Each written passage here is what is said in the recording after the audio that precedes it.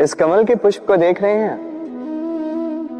इसकी एक विशेष बात है, जल स्तर कितना भी बढ़ जाए, ये पुष्प सदैव जल सतह के ऊपर ही रहेगा।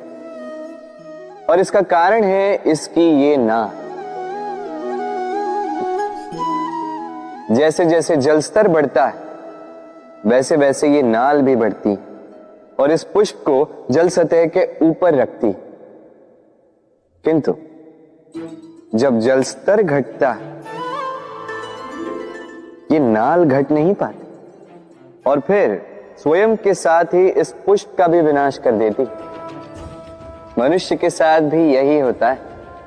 जैसे जैसे मनुष्य समृद्ध होता जाता है वैसे वैसे उसका जीवन स्तर बढ़ता जाता है, उसकी अपेक्षाएं, उसकी आवश्यकताएं बढ़ती जाती।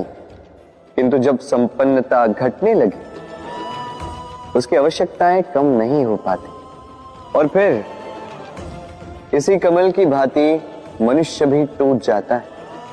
तो फिर क्या करें? क्या किया जाए इस परिस्थिति में? जीवन स्तर बढ़ाना छोड़ दे?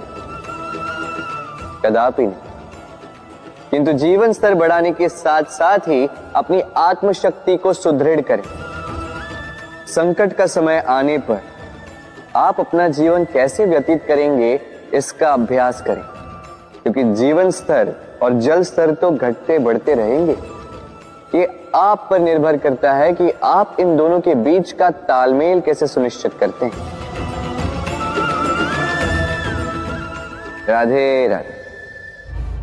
इस हीरे को देख रहे हैं आप? लाखों करोड़ों वर्षों तक धरती के गर्भ में रहने के पश्चात ये इतना कठोर बनता है, किंतु जब खान से निकाला जाता है कोयले की ही भांति होता है, श्वेत, कठोर, निस्तेज। किंतु जब इसे तराशा जाता है तब इसे तेज प्राप्त होता है और तब ये अपना मूल्य बढ़ाता है।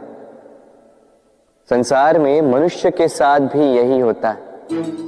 मनुष्य की बुद्धि, मेधा, अनुभव उन वर्षों के कारण नहीं बढ़ती जो वर्ष हमने हमारे जीवन में व्यतीत किए, बल्कि उन क्षणों से निखरती जब हमने कठिनाइयों का सामना किया, चुनौतियों का सामना किया, संकटों का सामना किया, छल और पीड़ा से। इसलिए यदि आपके जीवन में आपके सामने संकट आए, चुनौतियां आए, पीड़ा आए, तो उसे भयभीत मत होइएगा, उसका स्वागत कीजिए, क्योंकि यही परिस्थितियां आपको वो अनुभव देगी जो आपको प्रबुद्ध करे। राधे राधे।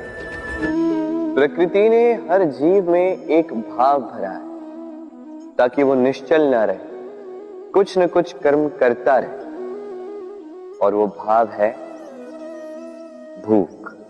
संसार में हर जीव, हर पशु, पक्षी, प्राणी परिश्रम करता रहता है अपनी इस भूख को मिटाने के लिए। परंतु क्या अन्य जीवों की भांति मनुष्य की भूख भी पेट तक ही सीमित रहती? तन की भूख मिटाते मिटाते कब ये भूख मन और माया की तृष्णा में बदल जाती है पता ही नहीं चलता। और अधिकतर ये तृष्णा धन संग्रहित करने तक ही रह जाती। अपना जीवन जीना छोड़कर किसके लिए ये धन संग्रहित कर रहे हैं? आने वाली पीढ़ी के लिए। बड़ी विचित्र बात है। अपना जीवन जीना छोड़कर धन संग्रहित करते करते अपने जीवन का सुख भी मिटा रहे हैं और आने वाली पीढ़ी को कर्म करने से भी बाधित कर। पूत कपूत तो क्यों धन संचय, पूत सपूत तो क्यों धन संचय। अपनी संतान को संस्कार दीजिए, धन नहीं।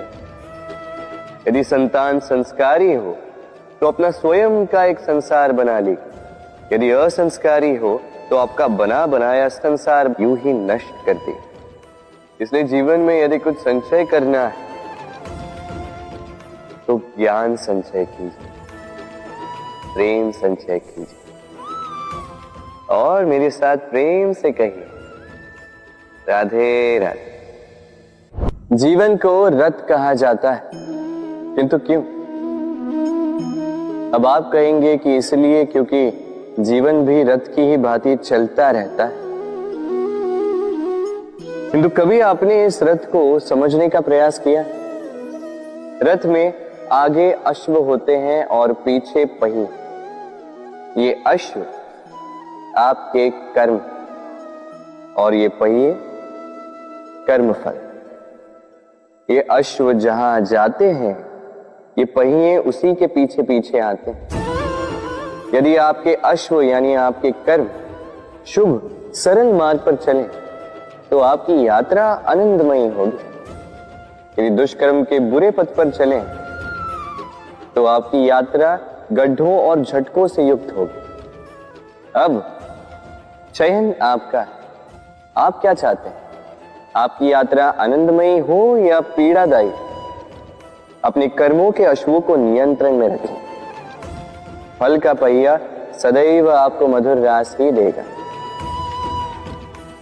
राधे राधे। बताइए श्रेष्ठ कौन? रेशम के धागे बनाने वाला या उन धागों को बुनकर वस्त्र बनाने वाला? निश्चित रूप से वस्त्र बनाने वाला। अब बताइए श्रेष्ठ क्या है? माटी को पूरे तट पर बिखेर कर रख देने वाली बाढ़ या उस माटी को समेट कर उसी से एक मूर्ति बनाने वाला मूर्ति का? निश्चित रूप से मूर्ति का। अब बताइए श्रेष्ठ कौन है? देवताओं और दानवों का वो दल जिन्होंने अमृत प्राप्ति के लिए इस संसार में हलाहल फैला दिया, या वो महादेव जिन्होंने इस हलाहल को सूक्ष्म करके अपने कंठ में समाहित कर लिया? निश्चित रूप से महादेव श्रेष्ठ। इसी प्रकार संसार में छोटी छोटी बातों को बड़ा करने वाले श्रेष्ठ नहीं होते, क्योंकि छोटी छोटी नोकझोंकों को द्वंद्व में परिवर्तित करना बड़ा ही सरल है।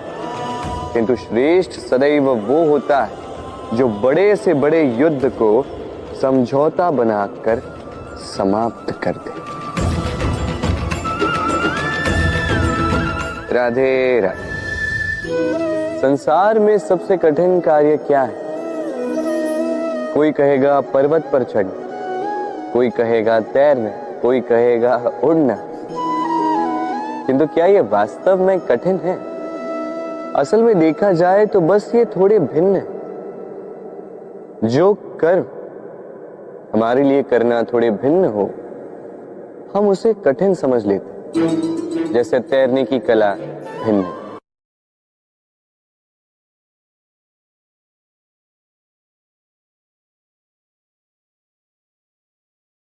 बड़े ही परिश्रम से इसे बनाती हैं, अपने शरीर के रस से इसे बुनती हैं। क्या आप इसका उद्देश्य जानते हैं? आखिर मकड़ी इन जालों में नन्ही कीटों को फंसाकर उन्हें अपना भोजन बना लेती है।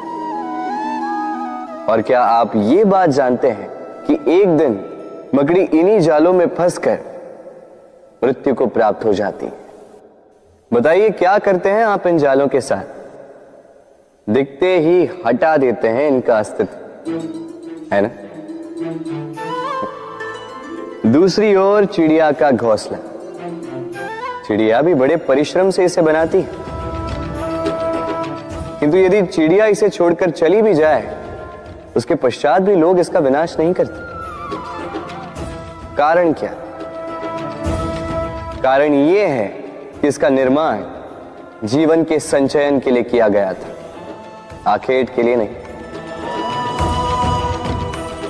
स्मरण रखिएगा, जीवन में आपका परिश्रम कितना भी अधिक हो, यदि आपका लक्ष्य शुभ ना हो तो आपको भी विनाश पाना ही होगा। तो सृजन करते रहिए और मगन होकर कहें राधे राधे।